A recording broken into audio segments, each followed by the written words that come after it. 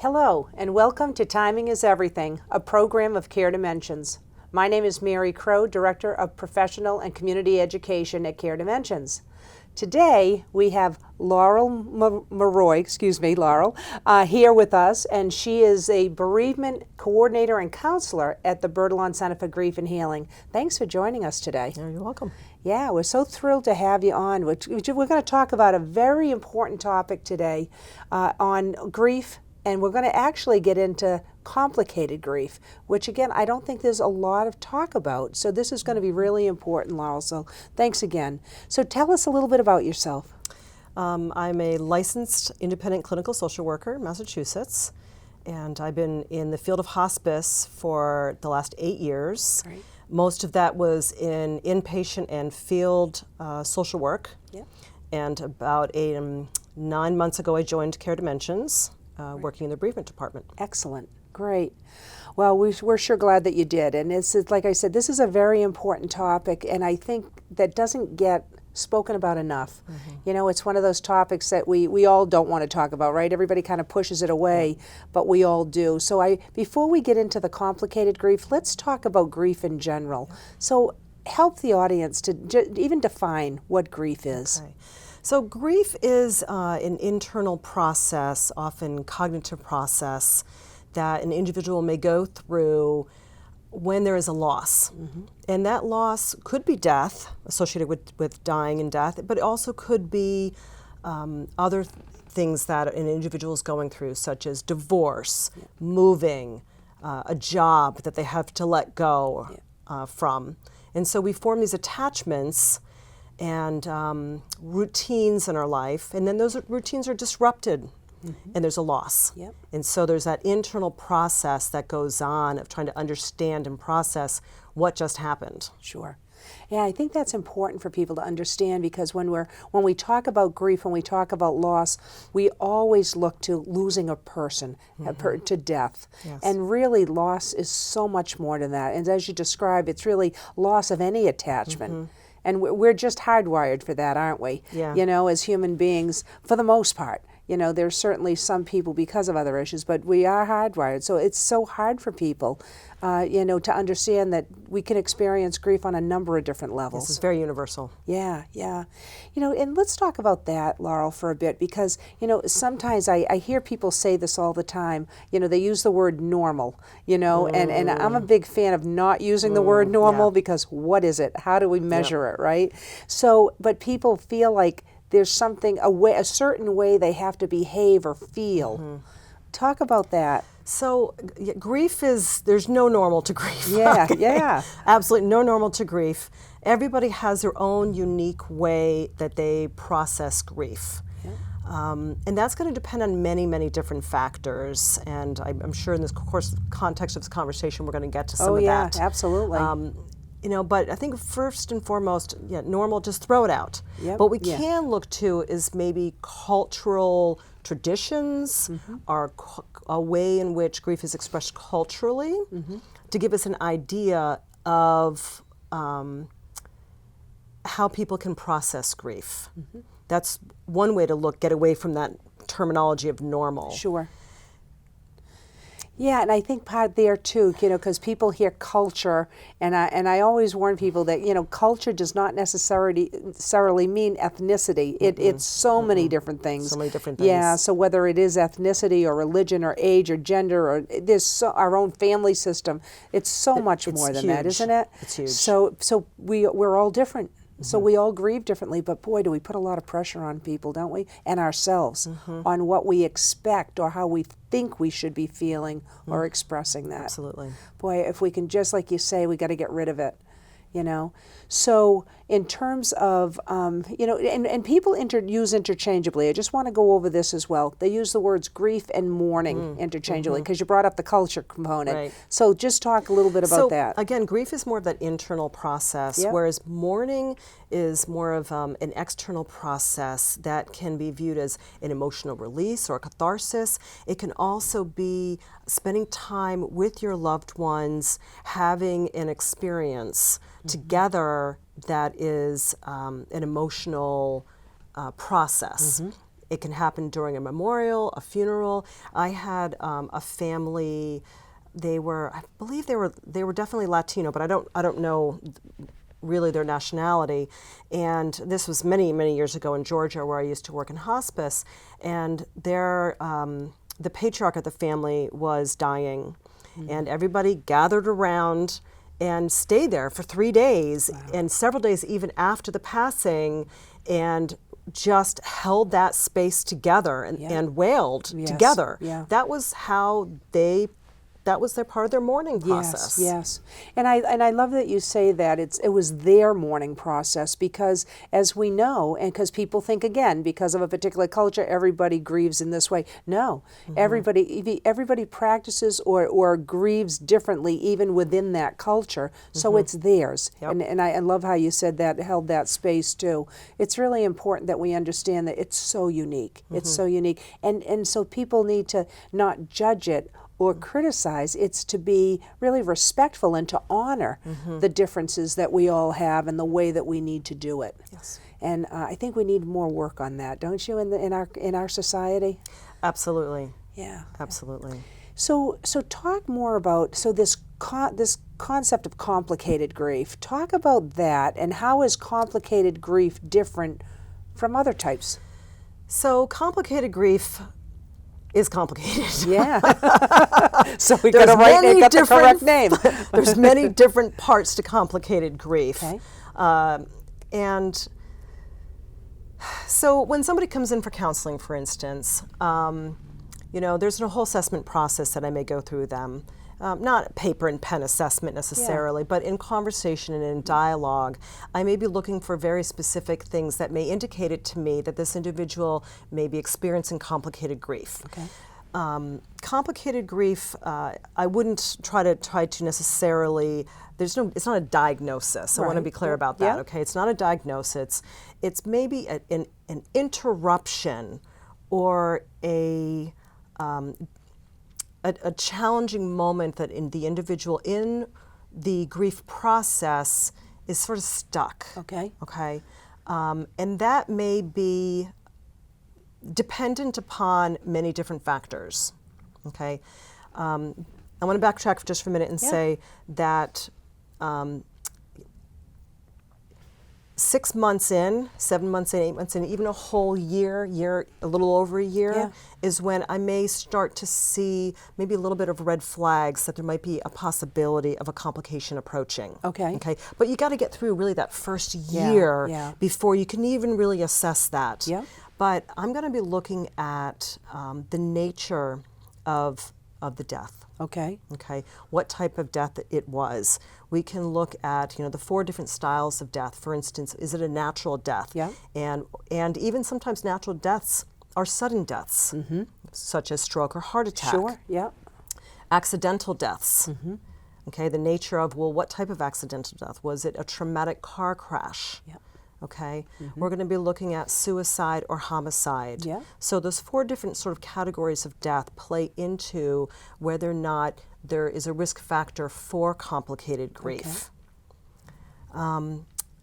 We also may be taking a look at, are there ruminations happening? Are there more intrinsic factors within the family system that may be red flags for complicated grief?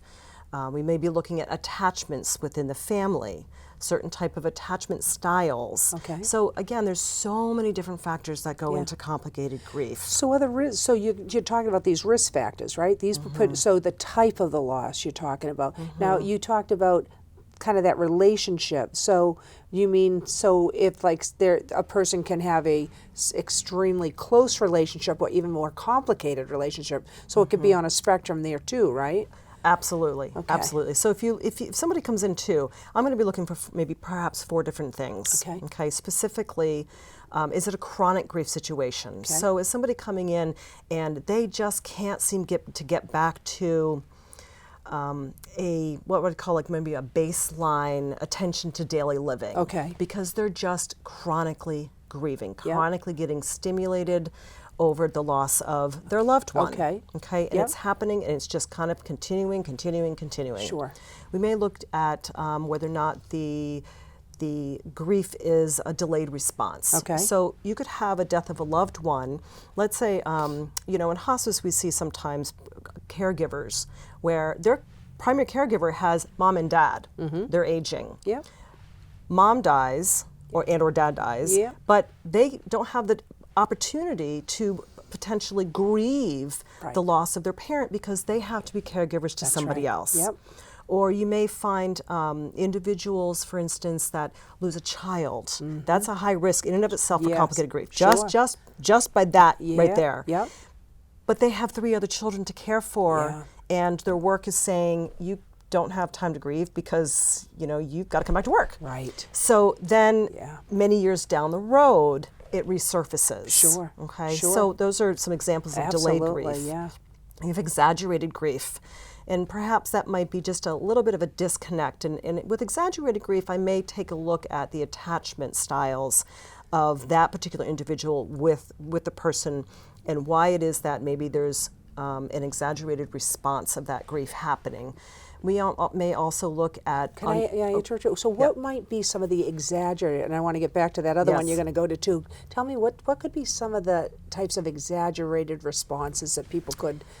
So, I think intense mourning may be an example of an exaggerated response Yep. to where that mourning just doesn't abate. Yep, right. Okay. So the constant wailing that goes yes. on for not just days, but months and Right. months Yes. and months. Yep.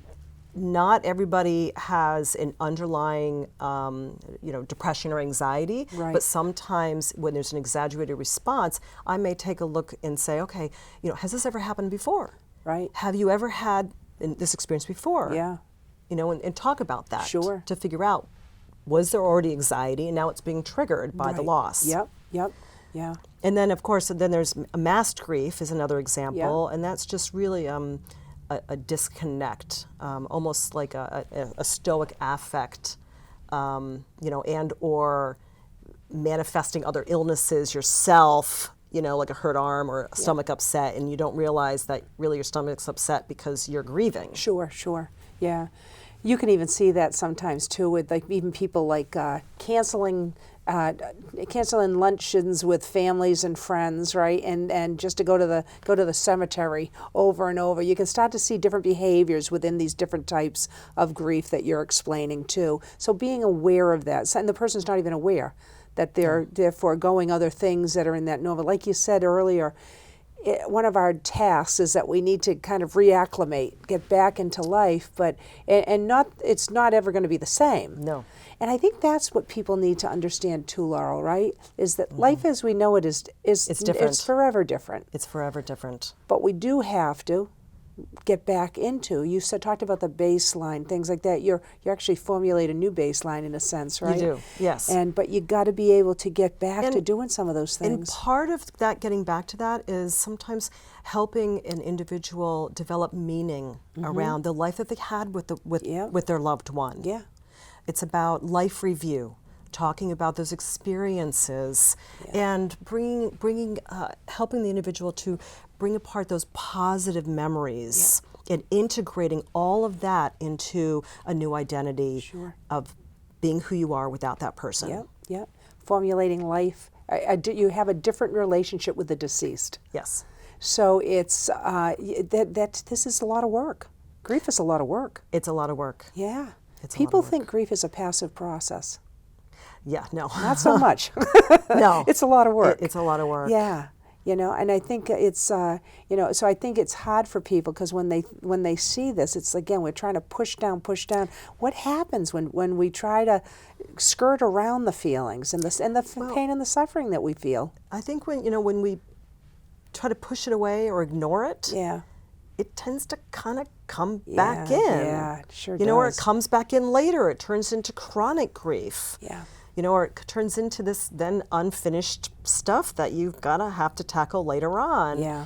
Or again, it manifests in other ways, such as illnesses or not being able to be effective in your own life. Right, exactly. So it's sort of, sometimes when I'm talking to people, say, this is awful and it's yucky, and you kind of have to be with that yuckiness. Yeah, which is very hard for people to tolerate, you know, those feelings of the pain and the suffering that goes along with that. You know, it's hard. You know, people want to avoid it, but the only way to avoid it is by not forming attachments, and that's impossible. It's impossible. So, right, for the yeah. most part, Yeah. it's impossible, right? So, you know, grief is love's ransom. So when we attach ourselves to something or somebody or something, this is what's going to happen. You're going to feel it. But it's, I think it's so important for us to help people to know that there's, you know, you get to another point. But grief, you know, this is another point that I wanted to talk to you about. Sometimes people think, like, you know, you'll hear people say, "You'll get over it." There's not a lot of something you want to hear. cliches Yeah. with it. Yeah, Time. You just need some time. Yeah, yeah. And grief is really lifelong, don't you think? It's lifelong. And Yeah. so, you know, sometimes I tell folks, you know, well, you know, what would it be like to sort of make friends with your grief? And I get so many people like, what are you talking about? Like, why would I want to make friends with grief? Grief is awful. Yeah. I'm like, yeah, but if it's never going away and it's always just kind of like over here next to you, Yeah. if you don't learn to sort of make friends with it Yeah. and understand that it's going to be there and understand that you may have what we call grief bursts, Yep. where you're just walking down the road, you're in the grocery store, and all of a sudden you're just crying out of no particular reason. Yep. You know, then you're not fully integrating that grief into your life. Right. So by making friends with grief, it's sort of like saying, acknowledging it's here. Yeah. It's Yeah. not going to go away. Yep. So I'm going to embrace it. Yeah, I like that approach, actually. And it's a way for us to not to, because I think we fear it because the feelings are just so awful. So I think it's hard for people because when people are experiencing such significant grief, they feel like there's something wrong with them. Yeah. There's nothing wrong with them. Nothing wrong. Yeah. I do get a lot of folks coming in wondering. I would say the majority of people I've talked to that are in grief, whether complicated or regular grief, Yeah. you know, suffer from things like sleeplessness. Yeah. Very, very, very common. Yeah. Either not being able to go to sleep at night or waking up in the middle of the night. Yeah. The cloudiness, what I think widows fog. Sure. Although it doesn't, you don't have to be a widow to experience Yeah, it. sure. Just these types of Yeah. experiences. And when it comes into complicated, you know, again, if it's, you know, over a year and you're still experiencing this, then you probably need to slow Yeah. down and say, okay, what's going on here? Yeah, sure. And it's hard for grieving people to reach out, though, to Yes. get the support that they need. Yes. So what are your suggestions around that? You know, called Bertolon Center for Yeah, Grief and yeah, Healing. yeah. Of course, Care Dimensions, we're there to support folks. There are some other resources in the community. We do carry an active list, to the best of our ability, of different grief and loss support groups. We have grief and loss support groups Yep. that we try to very specifically gear towards demographics. For instance, loss and support groups for widows, or to young adults, loss of parents, those types. Sure. So you can. So important, isn't it, to Yeah. be more specific? Because sometimes people think, oh, well, you know, a loss is a loss. Well, no, not It's at all. different. Very different. Because you brought up earlier, one of the complicating factors or a risk factor is loss of a child. It's the unnatural order of things. Yes. So you can see how that can put. So losing a child and losing a parent, loss is very significant, but different. So it's hard to have both of those people in the same group. Well, and loss of parent too, because you have young adult loss of parent. Yeah. It's different for somebody who's maybe 35 who's lost both parents versus somebody who's 65 or 70 losing a parent, Right. losing both parents. Yep. They're different trajectories. Sure. Yep. Absolutely. So this is why I think it's so important that people understand support groups they're specific for a reason. And as you mentioned, so that that we do have those support groups at Care Dimensions, and those are available. Support groups are available to people that aren't on service. Correct. So it's Right. important So for people to know that. they're free. Yeah. We have them off and on throughout the year, and they change, seasonally. We try to. They're up in the Danvers areas. They're down sort of the Waltham, Lincoln areas. Yeah. They're around. That's great. They're around. Yeah. What else? So other types of, let's go back to, in terms of the complicated grief, you also mentioned about people needing to do life review, tell the story. It's important that people have, because a lot of times people think, don't bring it up, don't talk about it. right? Because you're just going to upset somebody. Yeah. So I heard you when you said this. Can you talk more about that? Because that's really counterintuitive, isn't it? It's yes. it's not Well, really helpful. So when there's a traumatic death or a complicated death, talking about it and telling the story helps to normalize the fact that it actually happened. Yep. Yep. And so sometimes when individuals come in, one of the first things I say is, tell me what happened. Yeah. Tell me your story. Yep. And sometimes I have to do that more than once. Yeah. To help them just sort of normalize the fact that it really did happen. Yeah.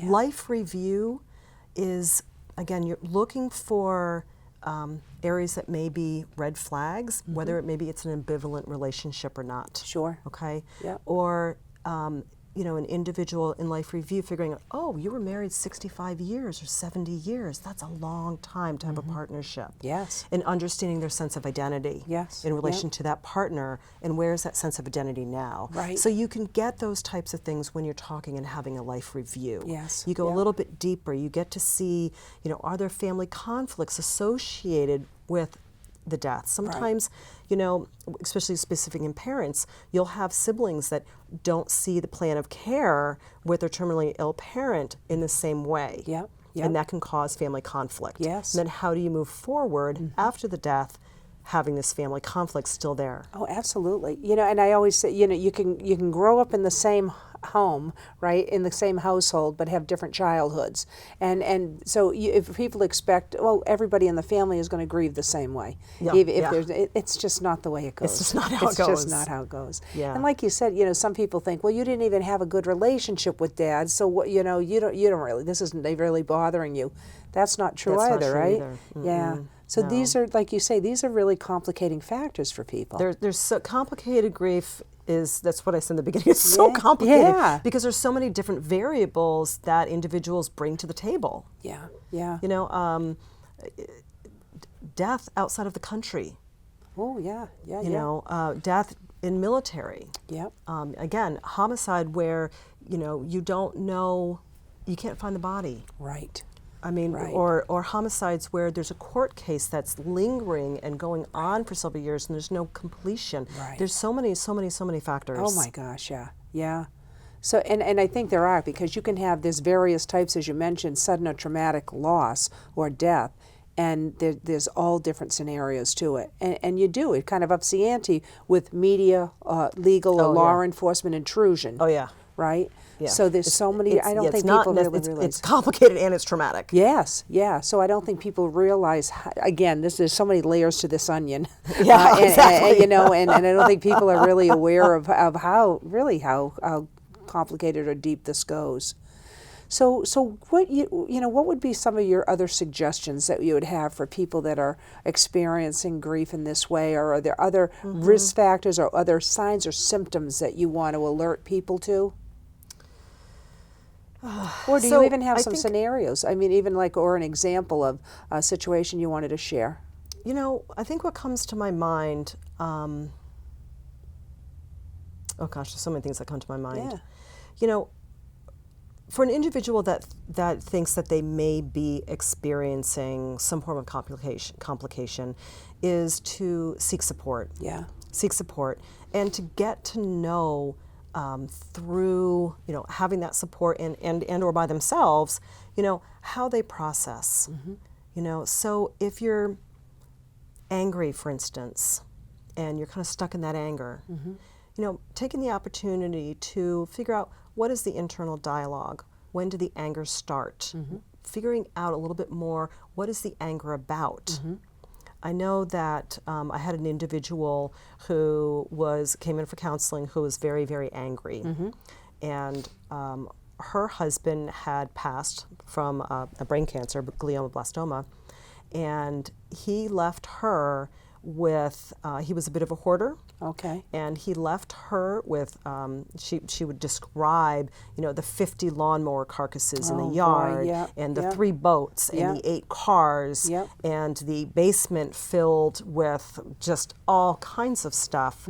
And so for her, she was really stuck, and she needed to figure out how to get that anger out, how to catharsis it, how to journal about it, how to talk about it, and begin to be task-oriented to move some of the stuff out. And that was part of her healing process.